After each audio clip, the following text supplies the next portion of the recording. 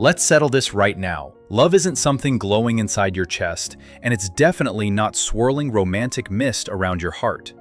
I mean, if love was really just in the heart, cardiologists would be the world's top relationship coaches. Today, we're busting one of the oldest myths in existence, the idea that love is this magical feeling you get in your heart, when really, it all comes down to your wiring, your brain chemistry, and neural networks. So what's really happening when you fall head over heels?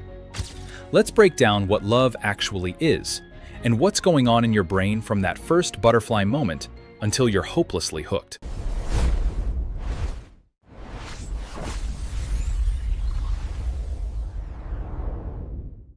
The myth of love lives in the heart. Somewhere along the way, humans decided to hand over the responsibility for love to the heart, a muscle that pumps blood, not sonnets. The myth tells us that when we fall in love, it's our heart that gets stolen, broken, fluttery, or full. You see it everywhere: pop songs, movies, emojis, and probably more Valentine's Day cards than you ever want to count.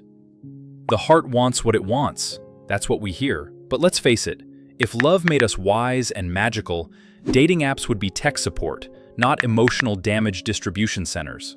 And let's not forget, sometimes the update downloads while you're busy choosing the absolute worst possible person. The simple truth? The feeling of love might make your heart beat faster, but the real action, the stuff that turns a casual crush into that full-body, can't stop thinking about them obsession, takes place in your brain, not the heart. The poetic version is fun, but the real deal is even stranger, and honestly, more fascinating. Love's real headquarters. Let's look at what actually happens. Scientists studying love have put people in brain scanners and shown them photos of their partners. What lights up? It isn't the heart, it's the brain. And not just any parts, but some very specific ones. According to Harvard Medical School, falling in love sets off a cascade of chemicals and activity in areas like the ventral tegmental area, VTA. That's the command center for motivation, reward, and craving. The same stuff that fires up when you eat chocolate or win the lottery. Suddenly, everything about that special someone feels like the prize at the end of the world's best game. Then, dopamine surges, giving you those classic butterflies, euphoria, and tunnel vision. Your brain actually rewires itself to prioritize this new connection. It's not magic. It's a cocktail of chemicals making you feel electric. Even that fluttering heart? It's a side effect. Your body senses the brain's excitement and cranks up your adrenaline and cortisol, the three-part brain update when you fall in love. Think of love like a three-part software update happening in your head. 1. Lust. The first component, driven mostly by sex hormones. It's your brain saying, hey, that person? Worth checking out. 2. Attraction. This is the can't eat, can't sleep, obsessively checking your phone phase. Dopamine, norepinephrine, and serotonin team up to drive infatuation. 3. Attachment. Oxytocin and vasopressin start taking over. These chemicals build the bonds that tie you to a long-term partner, your family, even your friends. All these phases are overlapping upgrades managed by your brain, not your heart. What about the heart at all? So, how did the heart get so much credit? Honestly, it's all about symptoms. When you see your crush and your pulse spikes, it feels like love is literally happening in your chest.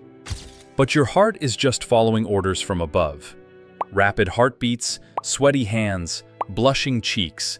Those are physical signs that your brain hit the love button. If you ever felt butterflies or gone speechless on a date, that's not Cupid.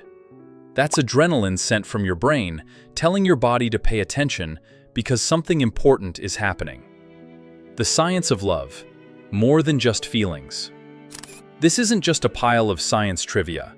Understanding that love comes down to wiring can be empowering. According to Northwestern Medicine, knowing how your brain handles attraction and attachment helps you recognize what's real, what's infatuation, and why love can feel so dizzying. sometimes even painful. Your brain wants patterns, safety, and rewards. That's why falling in love can feel so addicting and why breakups hurt so much. Here's the punchline. Your brain's love circuits are doing all the heavy lifting. Even the most epic romances boil down to spikes in dopamine, emotional pattern recognition, and brain circuits that crave both novelty and stability. No magic required, but there's still a sense of awe when you realize how elaborate and personal that process is. Does this mean love is less meaningful? Not at all. If anything, knowing how complex your brain gets just to create that feeling makes it even more impressive. Your feelings have a real, measurable source. You're not at the mercy of random fate, and you can actually shape your relationships once you know what's going on behind the scenes. Next time you see a heart emoji or hear about following your heart, remember, it's your brain running the show, doing Olympic-level gymnastics just so you can feel that jolt of connection. What's the weirdest thing your brain's ever made you do in the name of love? Let me know in the comments, and share this myth-busting breakdown with someone who needs a little less poetry and a little more science in their love life. I'm Matthias, and this is Spino Facts. See you in the next one.